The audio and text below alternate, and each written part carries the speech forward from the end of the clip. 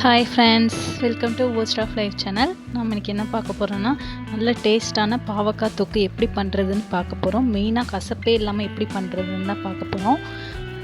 அதுக்கு தேவையான பொருட்கள்: ஆனியனை நல்லா ஸ்லைஸாக கட் பண்ணி எடுத்துக்கலாம், சின்ன சின்னதாகவும். இந்த மாதிரி மெத்தடில் செய்யும்போது கசப்பு எதுவுமே இருக்கவே இருக்காது. பாவக்காய் இதுவரை சாப்பிடாதவங்க கூட கேட்டு வாங்கி சாப்பிடுவாங்க, அந்தளவுக்கு டேஸ்ட்டாக இருக்கும்.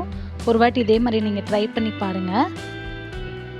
நல்லா ஆனியன் இது மாதிரி ஸ்லைஸாக குட்டி குட்டியாக கட் பண்ணிவிட்டு, தக்காளி அதே மாதிரி பொடி பொடியாக நறுக்கிக்கணும். ஆனால் வதங்குறதுக்கு கொஞ்சம் ஈஸியாக இருக்கும் இந்த மாதிரி நம்ம பொடி பொடியாக கட் பண்ணும்போது.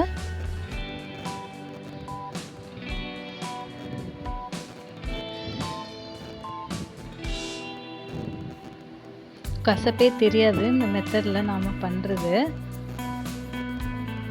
நல்ல பாவக்காவை நல்லா கழுவி எடுத்துட்டு அதில் இருக்கிற விதையெல்லாம் நீக்கிடணும். நீக்கிட்டு சின்ன சின்னதாகவும் கட் பண்ணி எடுத்து வச்சுக்கணும். நாம் நல்லா நமக்கு பாவக்காய் க்ளீன் பண்ணிவிட்டு விதையெல்லாம் எடுத்துட்டாலே கசப்பு கொஞ்சம் கம்மியாயிரும்.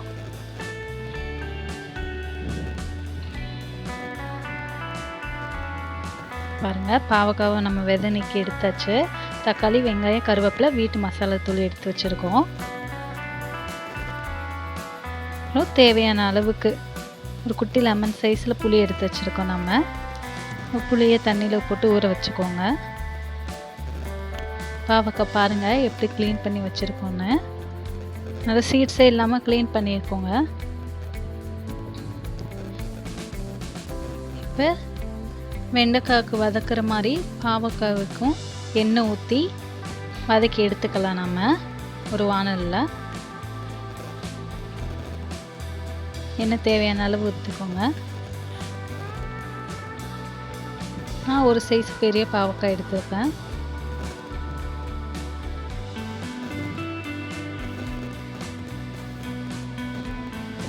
பாருங்கள், இந்த அளவுக்கு கலர் சேஞ்ச் ஆனால் போதும்.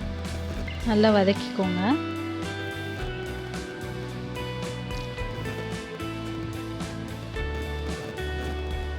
அதுக்கப்புறம் ஒரு வானலில் எண்ணெய் ஊற்றிட்டு இப்போ பாவக்காய் தொக்குக்கு தாளித்து விட போகிறோம். தேவையான அளவு எண்ணெய் சேர்த்துக்கலாம். கடுகு, உளுந்த பருப்பு,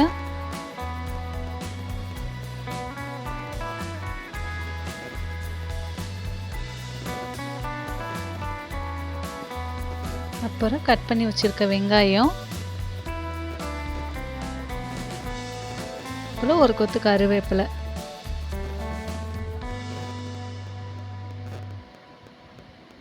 இது கூட லைட்டாக கொஞ்சம் 1/2 டீஸ்பூன் சீரகம் சேர்த்துருக்கோம்.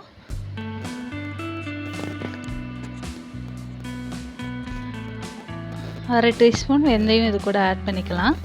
இந்த சீரகம் வெந்தயம்லாம் சேர்க்கும்போது நல்ல ஒரு டேஸ்ட்டு தரும். வெந்தயம் சாம்பார் தாளிக்கும் போது கூட வெந்தயம் ஆட் பண்ணும்போது அது ஒரு நல்ல ஒரு ஃப்ளேவர் தரும் சாம்பாருக்கு. அதுக்கப்புறம் பூண்டை நம்ம தட்டி போட்டுக்கிறோம், ஒரு 4 பல்லு பூண்டை.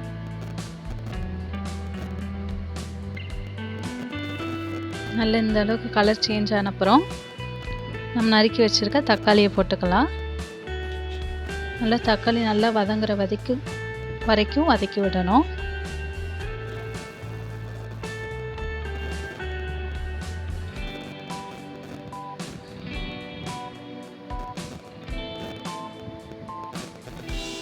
நல்ல சிவப்பான தக்காளியை எடுத்துக்கோங்க, நல்ல ஒரு ஃப்ளேவர் தரும் அது.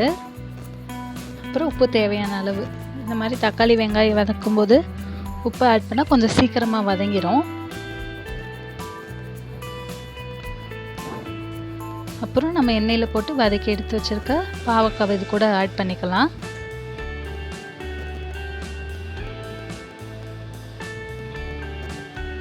நல்லா எல்லாத்தையும் சேர்த்து நல்லா மிக்ஸ் பண்ணி வதக்கணும். நாம் இதுக்கு வேறு எந்த பொடியும் சேர்க்கலை, வீட்டில் அரைச்ச மசாலா தூள் மட்டும்தான் சேர்க்குறோம். உங்களுக்கு வேணும்னா காரத்துக்கு ஏற்ற மாதிரி மிளகாத்தூள் ஆட் பண்ணிக்கோங்க.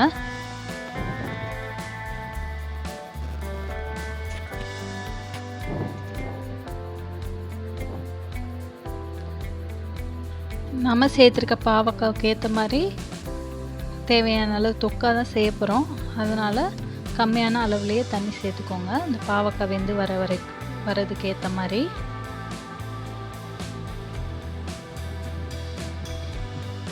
இப்போ நம்ம எடுத்து வச்சுருக்க அந்த புளி கரைசலை ஊற்றிக்கலாம். ஊற வச்சு எடுத்துட்டேன்.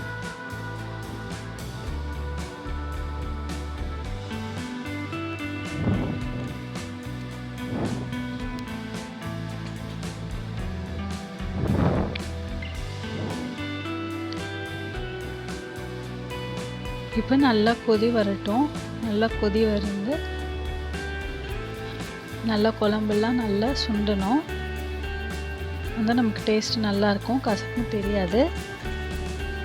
பாருங்கள், நல்லா எண்ணெய் பிரிஞ்சு வர ஆரம்பிச்சிருச்சு. பாருங்கள், நல்லா தொக்காயிடுச்சு. இது நம்ம சாம்பார் சாதத்துக்கு, ரசத்துக்கு எல்லாத்துக்கும் சைடிஷாக வச்சு சாப்பிட்லாம். இதே கூட ஒயிட் ரைஸில் நம்ம போட்டு சாப்பிடும்போது நல்ல டேஸ்ட்டாக இருக்கும். இந்த மாதிரி மெத்தடில் பண்ணி பாருங்கள், கசப்பே இருக்காது. இதுவரை சாப்பிடாதவங்க கூட கேட்டு வாங்கி சாப்பிடுவாங்க. வேணும்னா இந்த ஸ்டேஜில் வெல்லம் கொஞ்சம் சேர்த்துக்கோங்க, ஃப்ளேவருக்காண்டி கொஞ்சம். பாருங்கள், நல்ல சுவையான பாவக்காய் தொக்கு ரெடி ஆயிடுச்சு. நீங்களும் வீட்டில் இதே மாதிரி ட்ரை பண்ணி பாருங்கள். இந்த வீடியோ பிடிச்சிருந்தா ஷேர் பண்ணுங்கள், லைக் பண்ணுங்கள், சப்ஸ்கிரைப் பண்ணுங்கள். தேங்க்யூ ஃபார் வாட்சிங்.